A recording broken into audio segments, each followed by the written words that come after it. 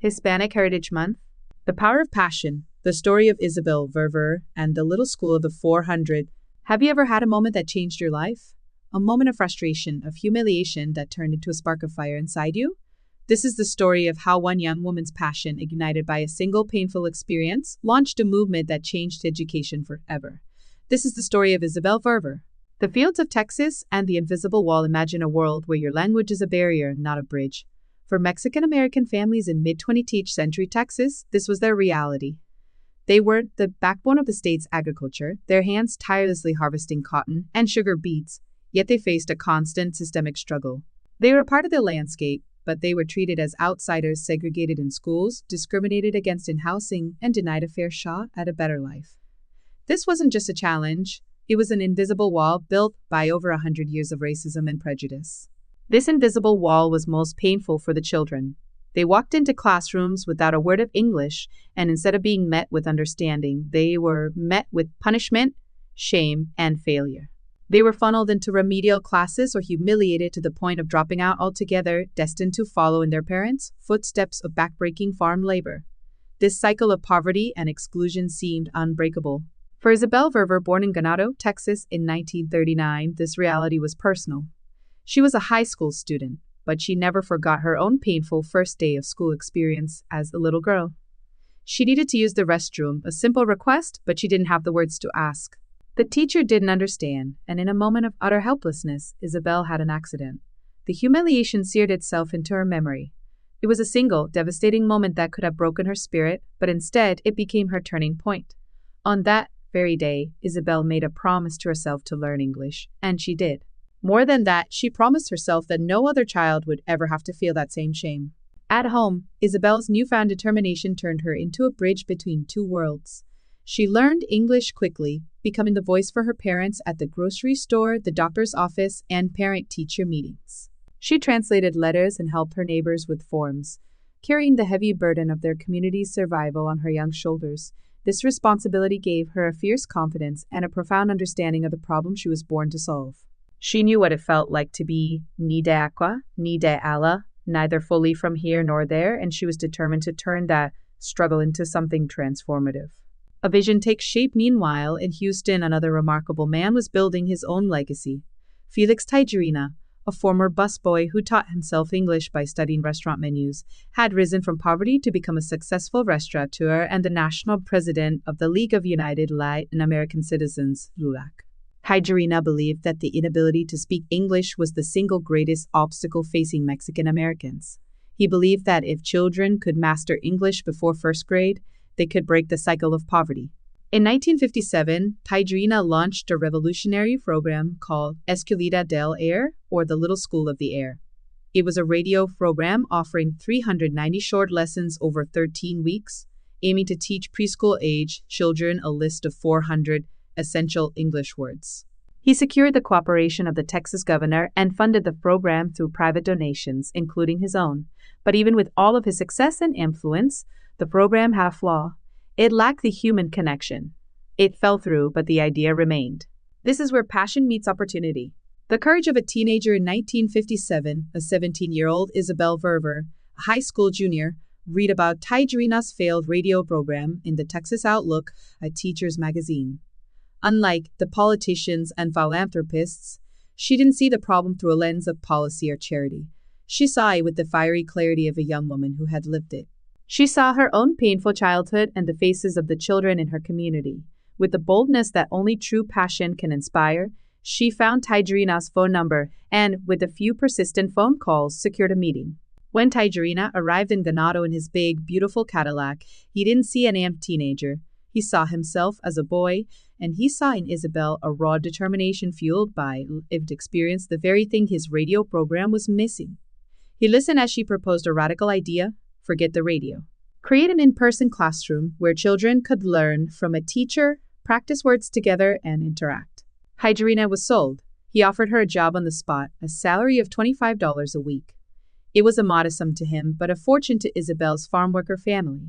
With that, the Little School of the 400 was born. A community's dream? Isabel's first challenge was convincing the community.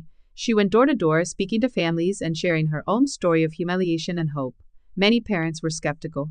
Their children's labor was needed in the fields, and the promise of education seemed abstract. But Isabel's sincerity and personal experience resonated deeply.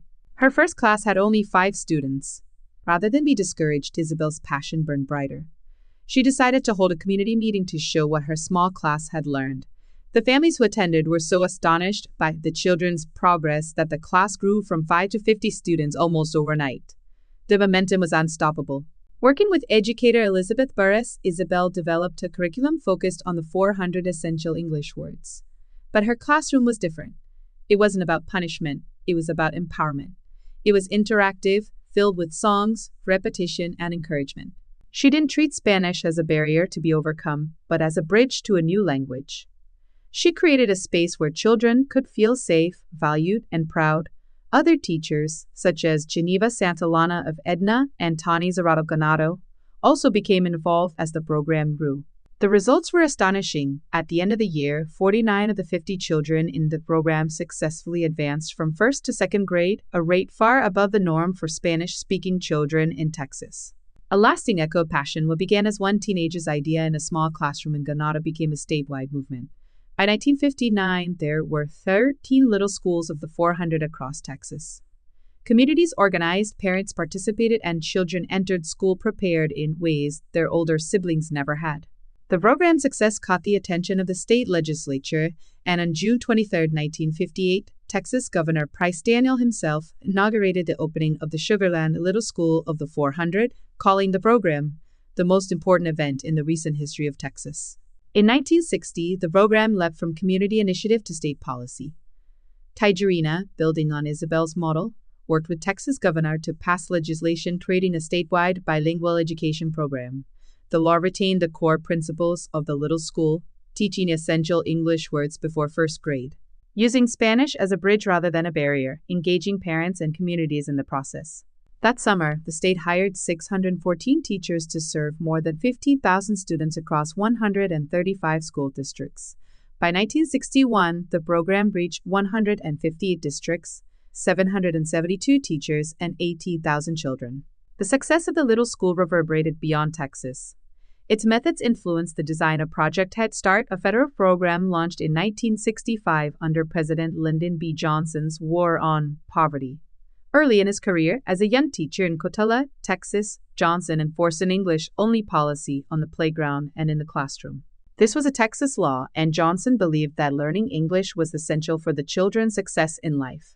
While Johnson's early actions were rooted in the progressive belief that education could lift the poor out of poverty, his later legislation as president, specifically the Elementary and Secondary Education Act of 1965, included provisions for bilingual education. This marks a shift from his earlier English-only approach to a more inclusive policy. Head Start offered early childhood education, health care, nutrition, and parent involvement to low-income families nationwide. External sources note that the Little School of the 400 was a direct model for Head Start's focus on preparing disadvantaged, non-English-speaking children for school. First Lady Lady Bird Johnson gave the program visibility and warmth. She visited classrooms, spoke to parents, and emphasized the moral duty to uplift children who were too often forgotten. Her advocacy ensured that Head Start was seen not only as a federal initiative, but also as a community-based movement that valued families and culture principles rooted in Isabel Verver's first classroom in Ganado. Building on this momentum, President Johnson signed the Bilingual Education Act of 1968, the first federal law to formally recognize the needs of students with limited English proficiency. It funded bilingual programs, teacher training, and curriculum development. In effect, the seeds planted by Isabel and Felix in rural Texas grew into national policy, advancing civil rights and reshaping American education. Legacy of courage. For Isabel, recognition was never the point. She simply saw herself as someone who had taken the pain of her own childhood and transformed it into a powerful tool for others. Her story, a testament to the power of passion, might have been overshadowed by the larger figures of history, but those who knew the origins of the program never forgot. In 2010, the Historical Commission of Jackson County dedicated a Texas historical marker to both Felix Tijerina and Isabel Verver, placing it at the very entrance of the Ganado Elementary School, where it all began. In March 2023, Isabel Verver was inducted into the LULAC National Hall of Fame, an honor reserved for LULAC icons. A lasting impact, the Little School of the 400 did more than teach words. It taught generations of Mexican American children that their language and culture could be sources of strength, not shame. It showed that community-based solutions could succeed where institutions had failed. And it provided the foundation for bilingual education programs that continue to shape classrooms today.